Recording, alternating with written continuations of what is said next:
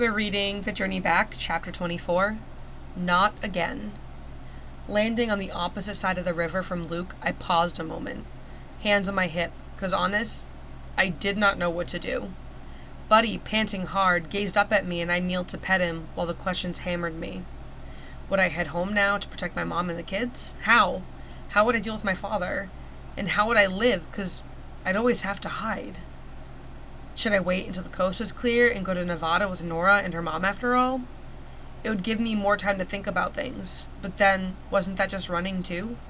Running in a different direction? Like a pile driver, the questions beat on me until I felt reduced to a million little pieces.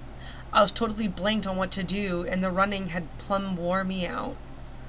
I was so desperate for direction, some sort of sign for what to do, that I stood up again and gazed back at the river. And that's when a living nightmare unfolded right before my eyes.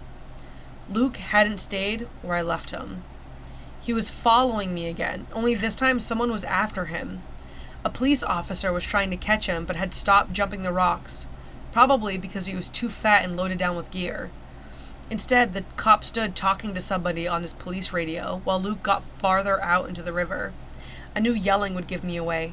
I knew when I opened my mouth it was all over. But I could not let Luke put himself in that kind of danger. "Stop!" I shouted. "Luke, stop!" Even if Luke wasn't his real name, I wasn't going to change it then. "Go back!" Unbelievable, but the dumb kid kept coming. Buddy barked at me, like, go get him. But I wasn't sure whether to cross the river again and get caught or hope Luke would freak out and stop so the cop could catch up. Voices battled in my head, such a loser. Sometimes all you can do is try. You'll look stupid. And in that split second of indecision, I saw Luke miss the edge of a rock and fall in the water. Instantly, he was sucked under and went flying with the rushing water between two boulders. His little head popped up several feet away already, but I knew he couldn't last long out there.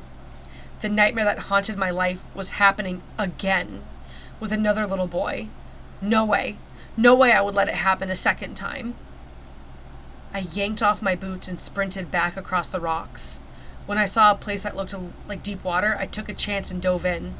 A shallow dive so I wouldn't hit rocks underneath.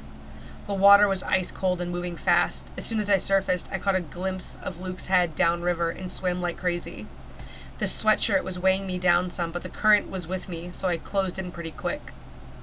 I grabbed for Luke, but he disappeared inches from my hands. When his head didn't pop up again, I went under after him. The river was dark, full and fast because of the recent rain. The currents were unmerciful, some pulling this way, some that. Forget seeing anything. All I could do was reach out my arms and flail around in the churning water, feeling for him. If I hadn't collided with him the way I did, it would have been over for sure. When I felt his arms, I grabbed it and latched on. I resurfaced, gasping for breath, and pulled him up with me. Then I got my arm over his chest and turned over on my back so I could float and keep him up. Luke coughed, a good sound, while together we went flying down a chute of wild rapids in the cold rushing water. Rocks battered my back like it was a punching bag. Then my head slammed into another boulder, nearly knocking me out. Silver stars were all I saw. I felt my grip letting go, but no, I couldn't lose him. I squeezed Luke tighter and focused on keeping that one arm around him. The rapids continued fast and cruel. I held on to Luke with everything I had until the water finally slowed down. "Luke, you okay?" I tried to shout. No answer. I couldn't see his face, but he latched onto my arm with both hands and was holding on tight. I knew I'd cut my head, but the only pain I felt was from the icy water. Finally, we hit a calm stretch. No more rocks or rapids, just smooth, cold, fast-moving river. Buddy ran along the bank on the Virginia side, following us and barking his head off. I looked towards the Maryland side and saw the campground's boat launch come and go. Red and white police cars flashed while two officers walked along the water's edge, probably looking for Luke. I saw a guy point and holler, but I couldn't hear anything. I think my ears were still ringing from my head getting smashed. When the river took a turn and the water slowed even more, I started kicking and backpedaling with one arm, as hard as I could toward the Maryland shoreline. It was a pretty sorry one-handed backstroke, but it got us over to the edge where there was a shallow, sandy bank. Exhausted and shaking from the cold, I got both feet on the sandy bottom and hauled Luke up on the shore, where I turned him on his side. He coughed and sputtered, and water dribbled out of his mouth, so I knew he was okay. I reached up to wipe the blood off my face, then felt the ragged edges of flesh on my scalp where I'd sliced it open. I pressed one hand against the wound to try and stop the bleeding, then knelt on the sand and sucked in huge amounts of air. When Luke threw up, I put a hand on his back. "Get it all out, Luke. You're doing good." Had we been in the water a minute? 5 minutes? Who knew? It seemed like forever. One other thought crossed my mind. Was this what it was like for Brady when he pulled Ben out of the river? Suddenly, Buddy was there, licking my hands and Luke's face. He was wet from swimming across the river, and when he shook, he sprayed us both with water, but we didn't care. Still catching my breath, I leaned in close to Luke. "Hey, dude, you okay?" "Yeah, I think so. Thanks for saving me." When he said that, I moved my head back and forth. "No," I said to him. This I meant. Thanks for saving me. It didn't take long for the police to find us. They put Luke on a stretcher, but he called for me, so I went over to him. I took his hands in both of mine. His face was all screwed up. "I lost my glasses," he said. I almost laughed. "Don't worry about it," I said. "You'll get some new ones." Then I turned to one of the cops. His name is Andrew Hardesty. His father's real name is Glenn David Hardesty. They're from San Antonio, Texas. Another officer held up a small notebook. "We got that much from the father. We'll take care of getting the boy home to his mother, where he belongs." Good. I was glad Woody had confessed to the truth. I looked down at Luke. "You hear that?" he nodded.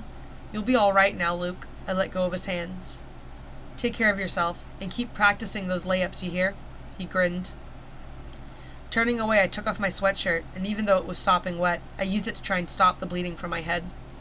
I sat down again on the beach, and Buddy came over to stand beside me. Soon, a police officer was there too.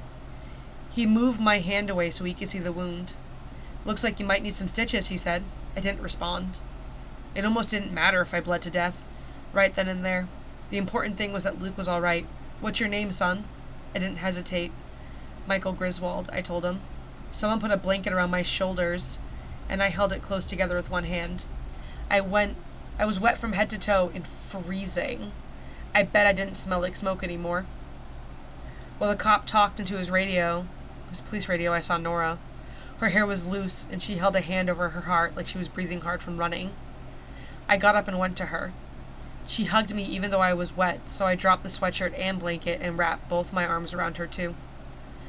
"I'm sorry," I whispered in her ear.